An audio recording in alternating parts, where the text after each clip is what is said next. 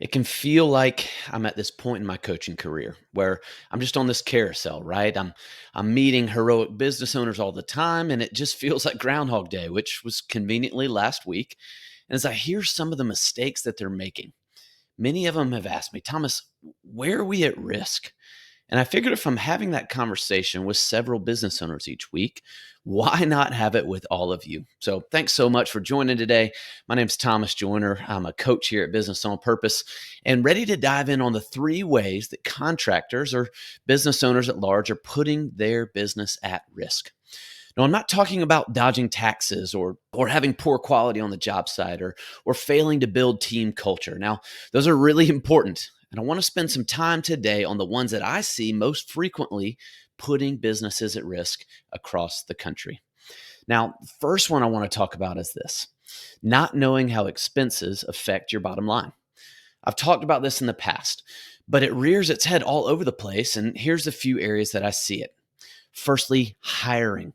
We look at industry standard instead of what the business can afford. It feels just intimidating to actually build out a pro forma and like identify what happens to our cash flow when we hire. So we come up with a random number that in no way based on our business performance, and we decide that we'll just have to do more work. Well, how much more work? We have no clue, but we'll know it when we see it. And if other businesses can afford to pay it, then surely we can too, right? I don't know if that sounds familiar, but I would imagine it does. Other areas I see it are in debt payments, right? We buy a truck or a skid steer or scissor lift, you name it. And we don't think through the ramifications of long-term debt payment. Or on the flip side, we need it for a few jobs and we think, oh, we'll find more jobs for it in the future. And so we go out and we buy one instead of just renting it and passing that expense off to the client and using it on the three jobs we need it and then being done with it. No, we buy it and it affects our cash position long term. It kind of pinches in on our flexibility and we realize that we don't have the flexibility that we hoped for. Y'all, this is killing businesses every single day. We don't forecast out our revenue and expenses in any kind of meaningful way.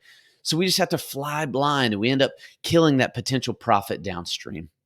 So what do we do about that? Well, what we have to do is build out a reliable forecast with projected revenue and cost of goods, payroll, non-payroll expenses, and any other random expenses that'll pop up like insurance and tax payments and other things that you know are just kind of seasonal expenses.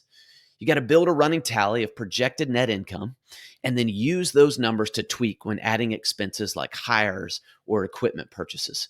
Can you hit your numbers? And can you hit your expense and profitability goals with those new expenses? Well, if not, well, what does revenue need to be to hit those numbers?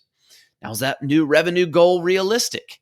It's a game that you have to play where every decision has a reaction. Every lever you pull has something that it spits out on the back end. But you, the business owner, need to be on top of it. I know that's complicated. I know there's a lot there, but it helps to know your numbers and what happens. Second way I see businesses at risk is not giving and writing down crystal clear job roles for your team. It's the area I see things get dropped more than any other. And let me paint a picture for you here. You have four people who have overlapping job roles and no understanding of where their responsibilities start and stop, or where their responsibilities stop and the next person takes over. So you then end up with four people all doing things slightly different, or human nature takes over, right? And they let the one person who truly cares handle the most important parts. That person doesn't take them long. They get burned out, and as the weight of the business falls on their shoulders, they leave because it's heavy. Does this sound familiar to you? Absolutely. We expect people to know mainly because we just wish they would take the initiative to figure it out for themselves. We expect people to know what we want them to do, and yet it rarely works out for the better. So what do we need to do there? Well, we've got to build out a working organizational chart that maps out the responsibilities. Maybe it's a great time for you to rebuild job roles, to refine your operations instead of leaning on the way you've always done it. Maybe it's time to get into a mastermind group or ask a coach like us to walk alongside you and point out things you don't see because you're stuck in a rut. Once you have the team mapped out, you may need to build a flow chart from awareness of your business to close sale when everything's done and see what all those tasks are that need assigning.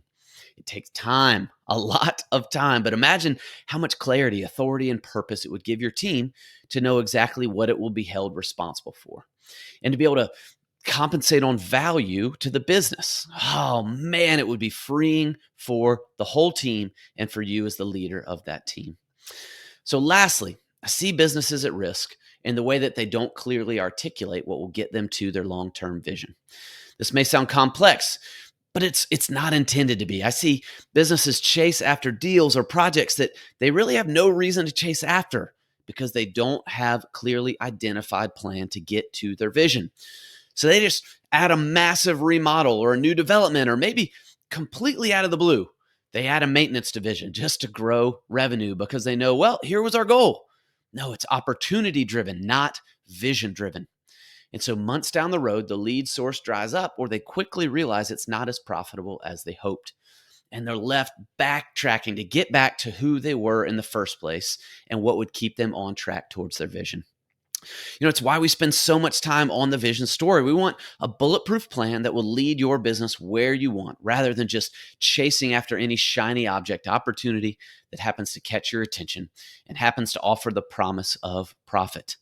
Guys, there's so much to think through here, but if you can get laser focused on what you want to offer from a product and service standpoint, then stay locked in with that. You stand so much of a better chance at reaching your vision than allowing every little distraction that passes by to knock you off course. I see it every week in the coaching world. So let's recap. Let's write these down and make sure that you're not suffering from one or all of them. Number one, not knowing how expenses affect your bottom line. Number two, giving and writing down crystal clear job roles for your team. And number three, not clearly articulating what will get you to your long-term vision. Think through those. And please, if we can help walk alongside you, please get in touch with you. It's what brings us life. It's what we get excited about. And know that you're not alone.